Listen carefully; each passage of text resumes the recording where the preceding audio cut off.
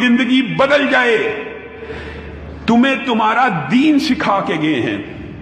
اگر آسمان سے جبریل آئیں، ان کا ارادہ دین سکھانے کا ہو، وہ منبر پہ کھڑے ہوتے، صحابہ کے سامنے تقریر کرتے، صحابہ کے سامنے خطاب کرتے، نبی کریم کہتے یہ جبریل امین اللہ نے بھیجے ہیں، منبر پہ چڑھے ہیں، تم سے چند باتیں کرنا چاہتے ہیں، تمہیں دین سکھانا چاہتے ہیں. منبر پہ چڑھ کے صحابہ کو تبلیغ کرتے، دین کی باتیں بتلا جاتے. اصول قاعدہ تو یہ ہونا چاہیے تھا کہ جبریل اگر آئے ہیں دین سکھانے کے لیے تو انہوں نے براہ راست آپ کو اور مجھے دین کیوں نہیں سکھایا؟ کیونکہ دین شریعت میں وہ ہے جو نبی محترم کے پیارے ہونٹوں سے نکل جائے. سوال کیا، نبی سے کیا، نبی جواب دیں گے تو دین بنے گا. اگر جبریل امین بھی منبر رسول پہ کھڑے ہو کے کوئی بات کہیں، وہ دین اس وقت تک نہیں بن سکتا جب تک نبی محترم کی زبان سے ادا نہیں ہو جاتا. یہ دین سکھا کے گئے ہیں. ایک صحابی ہے، نبی کریم صلی اللہ علیہ وسلم حج کے فضائل بیان کر رہے ہیں، حج کے فضیلتیں بیان کر رہے ہیں. ایک صحابی کھڑے ہو جاتے ہیں، افی کلی عامن، اے اللہ کے رسول کیا ہر سال حج فرض ہے؟ یہ سوال آنا چمبے کی بات نہیں ہے. جیسے زکوٰۃ ہر سال صاحب استطاعت پہ فرض ہوتی ہے، ان کے ذہن میں سوال آیا کہ نبی کریم اس کے اتنے فضائل بیان کر رہے ہیں، اتنی مناقب بیان کر رہے ہیں، تو کیا یہ صاحب حیثیت لوگوں کے اوپر ہر سال فرض تو نہیں؟ سوال آ گیا. پوچھا، نبی کریم صلی اللہ علیہ وسلم خاموش رہے. پھر سوال پوچھا کہ اے اللہ کے رسول ہر سال فرض ہے؟ نبی کریم خاموش رہے. پھر سوال پوچھا، نبی کریم خاموش رہے. کچھ عرصہ خاموشی کا گزرنے کے بعد کہا اس کو بلاؤ. جب وہ صحابی نبی کریم صلی اللہ علیہ وسلم کی بارگاہ میں پیش ہوئے تو نبی کریم صلی اللہ علیہ وسلم نے آپ کو اور مجھے دین سکھایا، دین بتلایا. کیا کہا؟ اگر اس زبان سے نعم نکل جاتا، نعم کا مطلب جی ہاں ہر سال فرض ہے، تو اللہ کی قسم یہ حج ہر سال فرض ہو جاتا. دین یہ ہے جو نبی کریم صلی اللہ علیہ وسلم کے پیارے ہونٹوں سے نکل جائے، وہ دین ہے. 3 صحابہ، آپ نے یہ حدیث بھی سنی ہوگی صحیح مسلم کی، آپ نے یاد رکھنی ہے یہ باتیں. نبی کریم صلی اللہ علیہ وسلم کے گھر آئے، نبی کریم کی عبادات کا پوچھ رہے ہیں، نبی کریم کے روزوں کا پوچھ رہے ہیں، نبی کریم کے معمولات کا پوچھ رہے ہیں حضرت عائشہ سے. امی عائشہ ان کو بتلاتی ہے نبی کریم ایسے تہجد پڑھتے ہیں، یہ کرتی نو. اور یہ بات بھی غور و فکر کی ہے.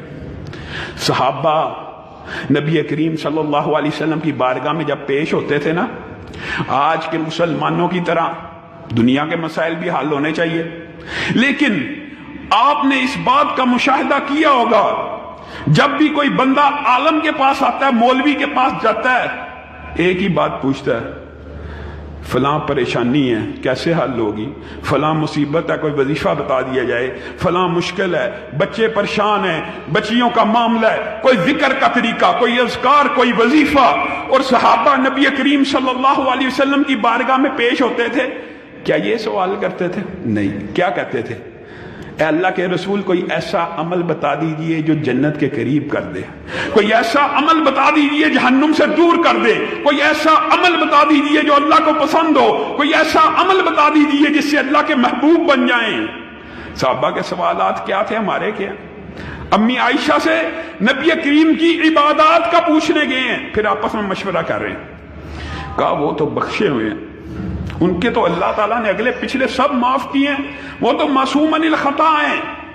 ایک صحابی نے کہا میں آج کے بعد ہر روز رات کو قیام کروں گا اور سوؤں گا نہیں.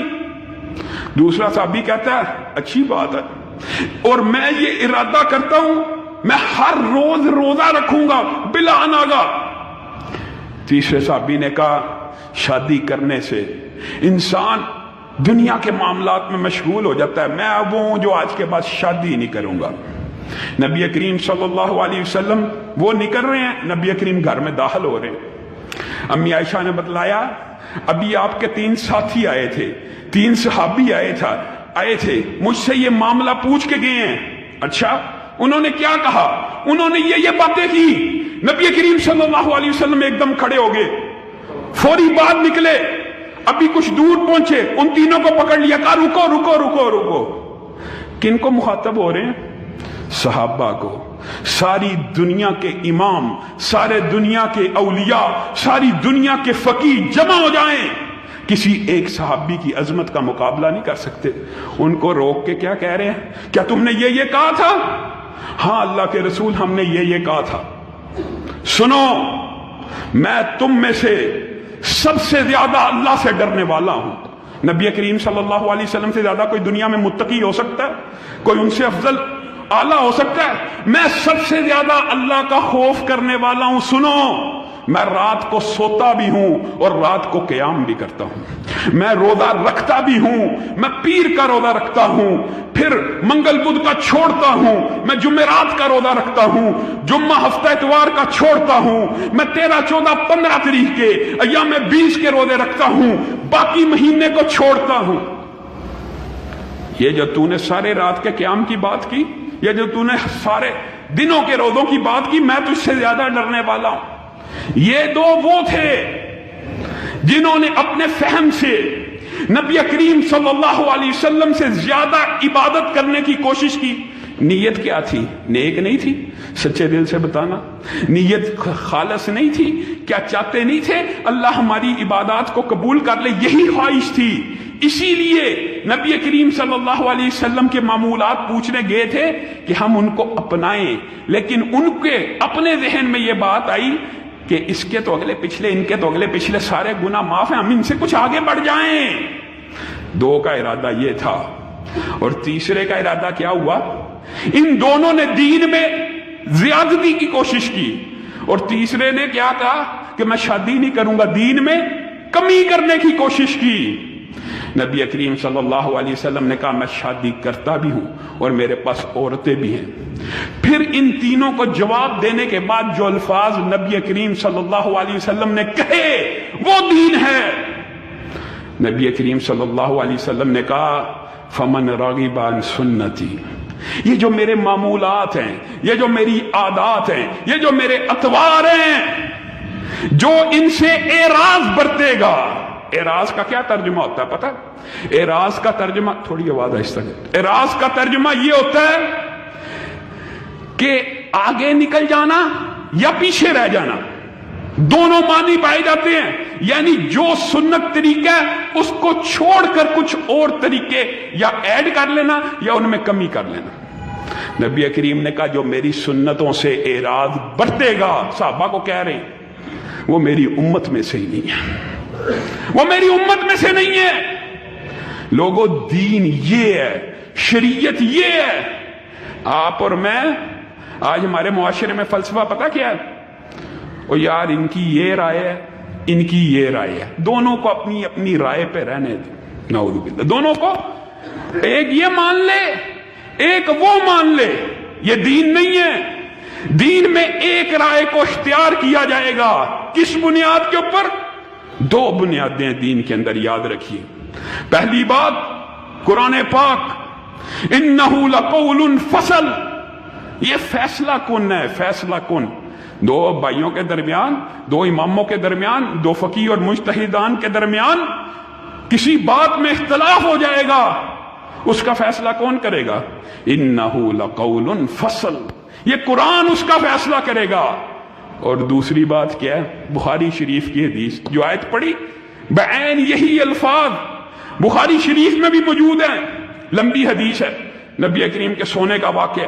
آخری ٹکڑے کی طرف آئیے، آخری ٹکڑے میں نبی کریم صلی اللہ علیہ وسلم کی حدیث میں آتا ہے جس نے رسول اللہ کی اطاعت کی اس نے اللہ کی اطاعت کی۔ یہ لا محالہ بات ہے، نبی کریم کی زندگی آپ کے اور میرے لیے نمونہ ہے، یہ بات کوئی راکٹ سائنس کی نہیں ہے۔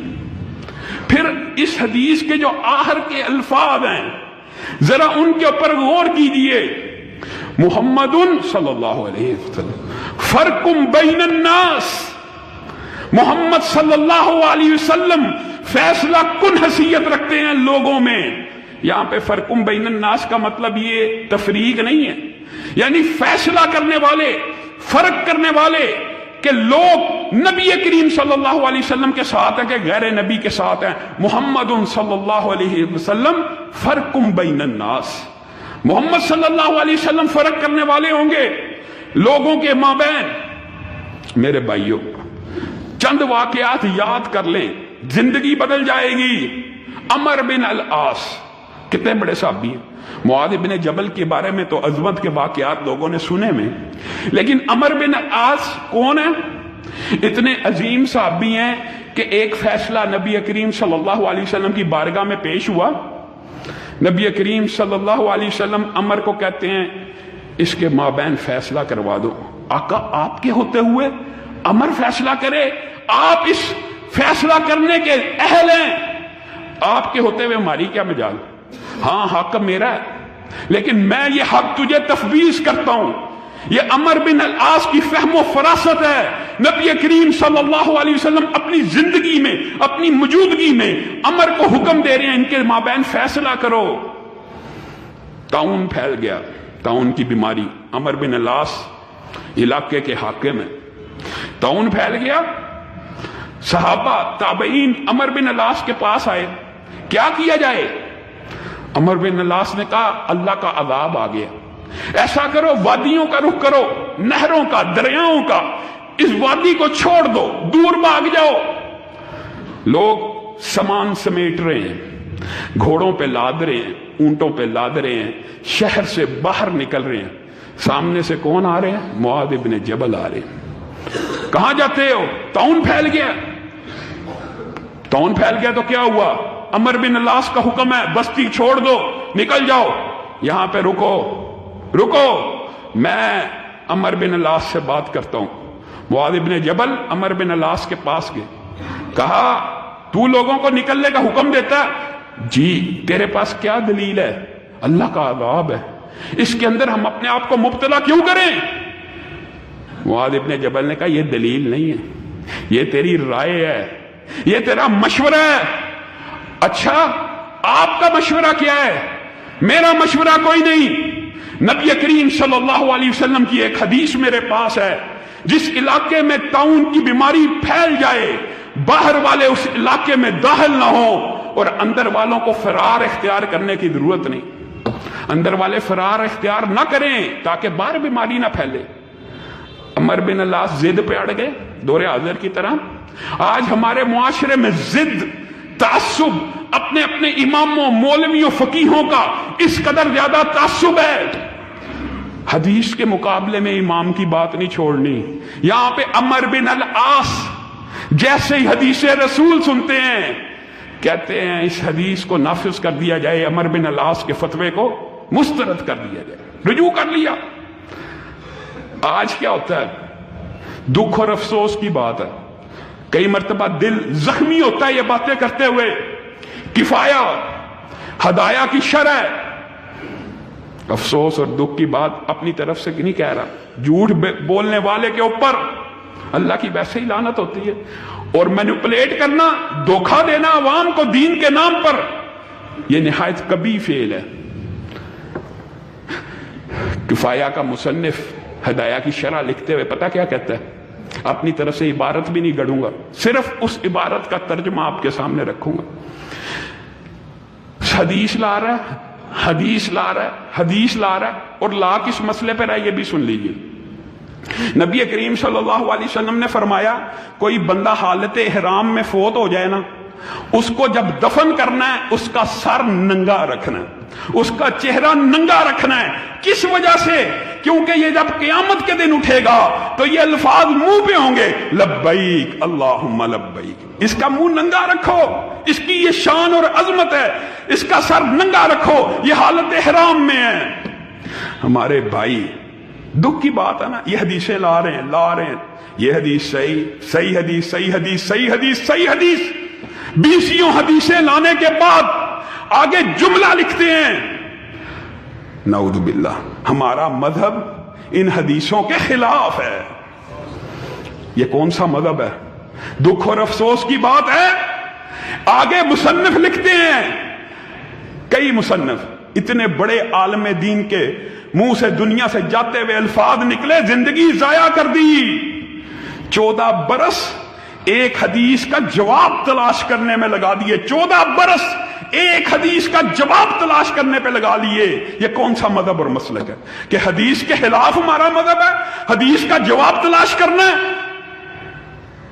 نبی کی بات آئے اسی وقت ماننے کا فلسفہ کہاں گیا، اسی وقت اپنانے کا فلسفہ کہاں گیا؟ اور لوگوں، عوف بن مالک یاد کرو، یاد، عوف بن مالک مصر کے اندر موجود ہیں، حاکم قاضی کے پاس بیٹھے ہوئے، آرڈیننس آیا، آرڈیننس،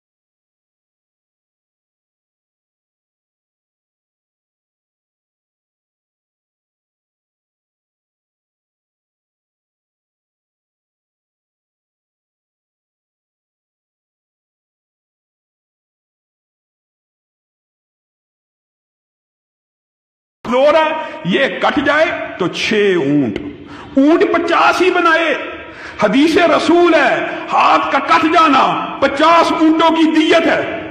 اب اس کی تقسیم کیسے کریں؟ اپنی رائے سے، اپنے فہم سے، اپنی عقل سے، اور عقل کے مطابق دیکھا جائے کتنا عمدہ فیصلہ لگتا ہے۔ انگوٹھا 15 اونٹ، ساتھ والی 2 انگلیاں 10، اگلی انگلی 9، اس سے اگلی 6، بنتے یہ بھی 50 ہی ہیں۔ تقسیم ایسے کر دی۔ عوف بن مالک آرڈیننس پڑھے، کہا ابھی اس کے اوپر عمل نہ کروانا اگر کوئی واقعہ ہو گیا۔ رکو، یہ صحابہ ہیں جن کو دین سے کس قدر محبت ہے، جن کا دین کے لیے کیا جذبہ ہے۔ اسی وقت گھوڑا منگوایا مصر سے، سیدھا گھوڑا دوڑاتے ہوئے مدینہ میں آ پہنچے۔ حضرت عمر کا دروازہ کھٹکایا، عمر باہر آئے، یہ آرڈیننس آپ نے بھیجا تھا؟ جی میں نے بھیجا تھا۔ آپ کے پاس اس آرڈیننس کی کیا دلیل ہے؟ حضرت عمر نے کہا یہ میں سوچتا ہوں کہ انگوٹھا مضبوط ہے، اس کے بعد یہ دوں، یہ دلیل نہیں ہے، یہ آپ کی رائے ہے۔ عوف بن مالک، تم مصر سے میرے آرڈیننس کو معطل کر کے عارضی طور پہ جو چل کے یہاں آ گیا ہے اور میرے سے بحث کر رہا ہے، تیرے پاس کیا دلیل ہے؟ عوف بن مالک نے کہا ہاں میرے پاس دلیل ہے۔ یہی مدینہ تھا، نبی کریم صلی اللہ علیہ وسلم نے ارشاد فرمایا تھا، الا ان الاصابع فی الدیۃ سواء، اگرچہ انگلیاں ذمہ داریوں میں برابر نہیں ہیں، کوئی طاقت والا کوئی کمزور ہے، لیکن دیت کے معاملے میں یہ ساری ایک جیسی۔ حضرت عمر نے کاتب کو بلایا، کاتب کو کہا میرا فتویٰ دوبارہ لکھو۔ کاتب نے پورے کا پورا فتویٰ دوبارہ لکھا، کہا نیچے عوف بن مالک کی سند سے یہ حدیث لکھو۔ وہ حدیث لکھ دی۔ کاتب نے کہا اب کیا کرنا ہے؟ کہا نیچے ایک جملہ لکھو اور سارے ملک کے قاضیوں اور ججوں کو دوبارہ ارسال کرو، لوگوں دین یہ ہے، اپنی ضد پہ اڑنا نہیں ہے۔ حضرت عمر نے جملہ لکھوایا، کیا لکھوایا؟ اوپر عمر کا فتویٰ ہے، نیچے نبی محترم کی حدیث ہے، اور اب عمر کا فیصلہ یہ ہے، عمر کے فتوے کو رد کر دیا جائے، نبی کی حدیث کو نافذ کر دیا جائے۔ یہ دین ہے۔ ضد پہ اڑ گئے، کیا ضد کی کہ نہیں نہیں میرے عقل فہم میں یہ حدیث اس طرح آتی ہے؟ آج لوگوں کا عقل اور فہم کہاں چلا گیا؟ حدیث کی مخالفت۔ حضرت علی کہتے ہیں، حضرت فاطمہ نے وصیت کی، حضرت فاطمہ نے، کہ میری میت کو غسل علی دے گا، اسماء بنت امیس دیں گی۔ آج معاشرے میں بیوی فوت ہو جائے خاوند کو پاس نہیں بیٹھنے دیتے، غیر محرم ہو گیا ہے۔ خاوند فوت ہو جائے بیوی کو کہتے ہیں ہاتھ نہ لگاؤ، غیر محرم ہو گئی ہے۔ یہ دین اور شریعت کا مذاق اپنے امتیوں کے اقوال کے اوپر بنانا۔ نبی کریم صلی اللہ علیہ وسلم نے ارشاد فرمایا، عائشہ، حضرت عائشہ بیمار ہو گئی، حضرت عائشہ کو کیا کہا؟ پیار سے دلاسا دے رہے ہیں، عائشہ تجھے کیا غم ہے؟ اگر تو دنیا سے چلی بھی گئی، میں محمد صلی اللہ علیہ وسلم اپنے ہاتھوں سے تجھے غسل دوں گا، اپنے ہاتھوں سے کفناؤں گا، اپنے ہاتھوں سے دفن کروں گا، خود تیرا جنازہ پڑھوں گا، تیری قسمت کا کیا کہنا ہوگا؟ نبی کریم کی حدیث یہ ہو اور ہم مخالفت کریں؟ نبی کریم صلی اللہ علیہ وسلم کہیں، دکھ ہے نا، دکھ کی بات، واضح عبارتیں حدیث کے مخالف۔ نبی کریم کے مغرب سے پہلے 2 رکعتین پڑھو، صلو رکعتین قبل المغرب، مغرب سے پہلے 2 رکعت پڑھا کرو۔ صحابہ خود بیان کرتے ہیں، ہم مغرب کی نماز ادا کرنے کے لیے جاتے، صحابہ اتنی زیادہ کثرت سے 2 رکعتیں پڑھ رہے ہوتے، ہمیں یوں گمان ہوتا کہ شاید مغرب کی نماز ہو چکی ہے۔ ماشاءاللہ انہوں نے لکھا کہ مغرب سے پہلے 2 رکعتیں ہمارے مذہب میں نہیں ہیں۔ یہ کون سا مذہب ہے؟ مغرب سے پہلے 2 رکعتیں ہمارے مذہب میں نہیں ہیں۔ لوگوں، اللہ سے ڈرنا چاہیے، خدا کا خوف کرنا چاہیے۔ اگر رسول اللہ صلی اللہ علیہ وسلم کے بعد کسی کا فتویٰ چل سکتا تو کس کا چلتا؟ ابو بکر کا چلتا، افضل الخلائق بعد الانبیاء، نبیوں کے بعد سب سے افضل مخلوقات میں سے۔ اور حضرت عمر، ان کے بارے میں صحیح حدیث کے الفاظ پتہ کیا؟ یہ محدث ہیں، محدث نہیں، محدث کون ہوتا ہے؟ جس کے منہ سے ساری زندگی صرف حق نکلتا رہے۔ وہ عمر بھی اگر آرڈیننس دیں، فتویٰ دیں، ایک صحابی عوف بن مالک آ کے حدیث سنائیں، عمر رجوع کر لیتے ہیں۔ آج عمر دوبارہ آرڈیننس جاری کر رہے ہیں، کہا آج کے بعد کوئی حج تمتع نہ کرے۔ وجہ بھی سن لیجئے۔ لوگ کہتے ہیں جی نیک نیتی کی بنیاد پہ، نیت صاف ہو، نیت پاک ہو تو کوئی حرج نہیں ہوتا، حرج نہیں ہوتا۔ حضرت عمر کی نیت سنیے، خانہ کعبہ گئے، خانہ کعبہ ویران تھا، حضرت عمر کے دل کو چوٹ لگی، کہا خانہ کعبہ اس لیے شاید ویران ہے، لوگ حج تمتع کرنے آتے ہیں، عمرہ بھی کر جاتے ہیں، حج بھی کر جاتے ہیں، پورا سال اس لیے دوبارہ عمرے کے لیے نہیں آتے۔ میں حج تمتع پہ پابندی لگاتا ہوں تاکہ سارا سال لوگ عمرہ کریں، اور حج کے اوپر بھی بیت اللہ آباد کرنے کی نیت ہے، بیت اللہ آباد کرنے کی نیت ہے۔ اور ہیں کون ہے؟ خلیفہ راشد ہیں، مسند خلافت پہ ہیں، امیر المومنین ہیں، جن کے پاس یہ سند موجود ہے کہ خلفائے راشدین کی سنتوں پہ عمل کیا جائے۔ یہ سند بھی موجود ہے نبی کریم صلی اللہ علیہ وسلم کی طرف سے، آرڈیننس۔ لیکن اس کا مطلب یہ نہیں ہوتا کہ خلاف حدیث بات کو مانا جائے، یہ صحابہ کا طرز عمل۔ آرڈیننس جاری کی، آج کے بعد کوئی حج تمتع نہیں کرے گا، ہر کاروں نے اطلاع دی، آپ نے پابندی لگائی ہے۔ اور آرڈیننس کی سب سے پہلی مخالفت آپ کا اپنا بیٹا عبداللہ ابن عمر کر رہا ہے، میقات کے مقام پہ پہنچا ہے، لبیک کہا ہے حج تمتع کی نیت سے، پکڑ کے لاؤ، پکڑ کے ہر کارے لے کے آ رہے ہیں۔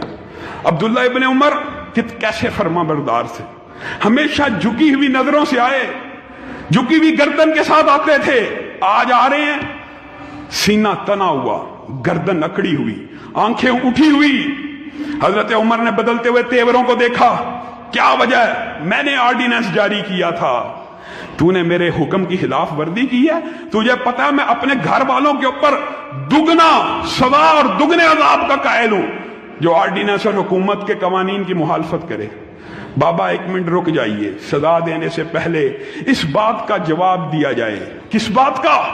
بیٹا بول رہا ہے باپ کے سامنے، بابا یہ سامنے قبر رسول ہے، کیا اس مدینے والے کی سنت کو مانا جائے گا کہ آپ کے فتوے کو مانا جائے گا؟ حضرت عمر کی آنکھوں میں آنسو آ گئے، کہا اللہ تیرا شکر ہے۔ عمر ادھر سے ادھر ہونے لگا، بیٹے نے پکڑ کے سیدھا کیا، اسی وقت اپنے فتوے سے رجوع کیا، کہا عمر غلطی پر تھا، عمر نے غلطی کھائی، عمر نے ٹھوکر کھائی جو حج تمتع کے اوپر پابندی کو لگا دیا۔ حج تمتع مدینے والے کی سنت ہے، اور مدینے والے کی سنت کے سامنے عمر کا فتویٰ نہیں چل سکتا۔ لوگوں دین یہ ہے، دین یہ ہے۔ آپ نے دین کس بات کو بنا لیا کہ کسی امام کا قول آ گیا؟ نعوذ باللہ، نبی کریم صلی اللہ علیہ وسلم نے فرمایا اللہ کی لعنت ہوتی ہے حلالہ کرنے والے، حلالہ کروانے والے، جس کے لیے کیا جائے حلالہ کرنے والا ادھار مانگے ہوئے سانڈ کی طرح ہے۔ ایسا نکاح جس کی بنیاد طلاق پہ ہو وہ نکاح نہیں ہوتا۔ نعوذ باللہ، تم نے کہا نہیں ہو جاتا۔ اگر حلالہ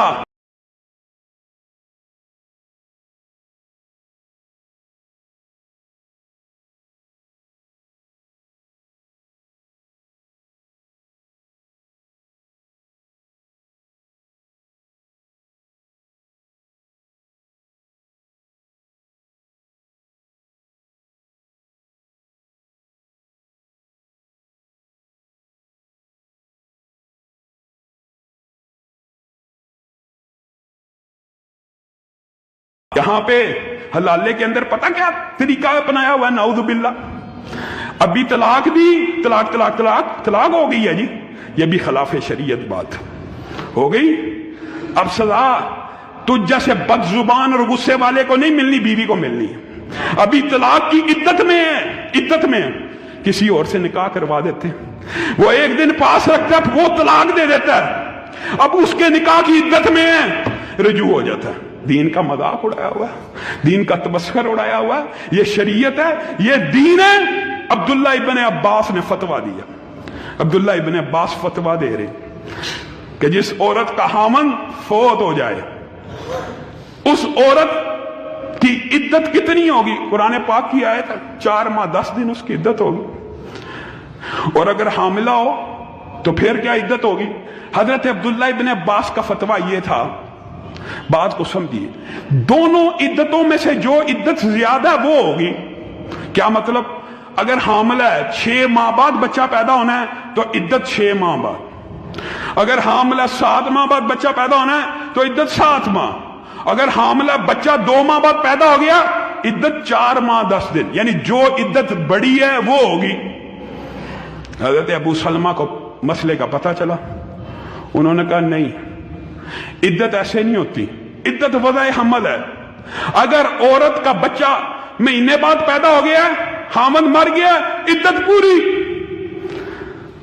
اب آج کا دور ہوتا تو کیا فیصلہ ہوتا؟ اور یار کچھ حضرت ابو سلمہ کی رائے کو مان لو، کچھ عبداللہ ابن عباس کی رائے کو مان لو، دونوں خوش، دونوں راضی۔ دین اس بات کا نام نہیں ہے، دین یہ ہے ایک کی رائے کو مانا جائے گا، ایک کی رائے کو چھوڑا جائے گا۔ کس بنیاد کے اوپر؟ انہو لقول فصل، یا قرآن کی بنیاد کے اوپر، یا دوسری بات محمد صلی اللہ علیہ وسلم فرق بین الناس، محمد صلی اللہ علیہ وسلم فیصلہ کن اتھارٹی ہیں، سپریم کورٹ ہے اسلام کا۔ عام فہم بات ہے، بعض وکلاء بھی بیٹھے ہیں سمجھ جائیں گے۔ عام جو ائمہ محدثین ہیں ان کی حیثیت سول کورٹ اور سیشن کورٹ جیسی ہے، صحابہ کی حیثیت اسلام میں ہائی کورٹ جیسی ہے، اور نبی محترم کی حیثیت اسلام میں سپریم کورٹ کی ہے۔ ان کے فیصلے کا کوئی نہیں ٹال سکتا۔ پھر پتہ کیا حضرت سبیہ بنت حارث، بعد میں سویبہ بنت حارث کا، سبیہ بنت حارث کا، یہ حضرت سعد کی بیوی ہیں، وہ والے جو بدر میں شہید ہوئے، یہ وہ والے حضرت سعد کی بیوی۔ انہوں نے آ کے اپنی بات بیان کی کہ میرے گھر سعد کی وفات کے 20 دن بعد بچہ پیدا ہوا، اور نبی کریم صلی اللہ علیہ وسلم کی بارگاہ میں پہنچی اور آپ سے اپنی عدت کا سوال کیا تو نبی کریم صلی اللہ علیہ وسلم نے مجھے کہا تیری عدت پوری ہو گئی ہے۔ اب عبداللہ ابن عباس جیسا صحابی، اس نے حدیث سنی، ضد پہ اڑ گئے؟ نہیں، کہا عبداللہ ابن عباس کا فتویٰ آج سے پہلے جس کو پتا تھا وہ بھی سن لے اور قیامت تک کے لیے سن لے۔ عبداللہ ابن عباس کا فتویٰ مردود ہے، نبی کریم کی حدیث کو نافذ کیا جائے۔ لوگوں، حضرت حسن بصری یہ صحابہ کا صرف شعار نہیں تھا کہ نبی کی بات سن کے اپنی بات کو سے رجوع کرتے. تابعین حضرت حسن بصری 200 صحابہ کے شاگرد ہیں. کتنے؟ 200 صحابہ کے. اتنے عظیم تابعی ہیں. لوگ ان کو حدیث کے درس کے لیے بلایا کرتے تھے. ایک درس پہ گئے, وہاں پہ ایک مسئلہ ایسا آ گیا جس کے بارے میں حضرت حسن بصری کے پاس حدیث موجود نہیں تھی. لوگوں نے سوال کیا اگر 2 لوگ ہوں تو امام کس طرف کھڑا ہوگا؟ اگر 2 لوگ ہوں امام کس طرف کھڑا ہوگا؟ اب حضرت بصری اپنی عقل اور فہم سے جواب دیتے ہیں کہ نبی کریم ہر کام دائیں کو پسند کرتے تھے, دائیں اچھا لگتا تھا. تو میرا ذہن یہ کہتا ہے نبی محترم کی یہ جو پسندیدگی کو دیکھتے ہوئے, استدلال وہ بھی ایسے ہی کر رہے ہیں, پسندیدگی کو دیکھتے ہوئے امام دائیں طرف کھڑا ہوگا. امام دائیں طرف کھڑا ہوگا. اندر سے ایک عورت درس سن رہی ہے, کہتی ہے میں عبداللہ ابن عباس کی شاگرد ہوں. اچھا, عبداللہ ابن عباس نے مجھے اپنا واقعہ سنایا تھا کہ میں نبی کریم صلی اللہ علیہ وسلم کے بائیں طرف نماز میں کھڑا ہوا, نبی کریم نے پکڑ کے مجھے اپنے دائیں طرف کر لیا. یعنی امام نے اپنی دائیں طرف مقتدی کو کھڑا کیا, امام خود دائیں طرف نہیں کھڑا ہوا.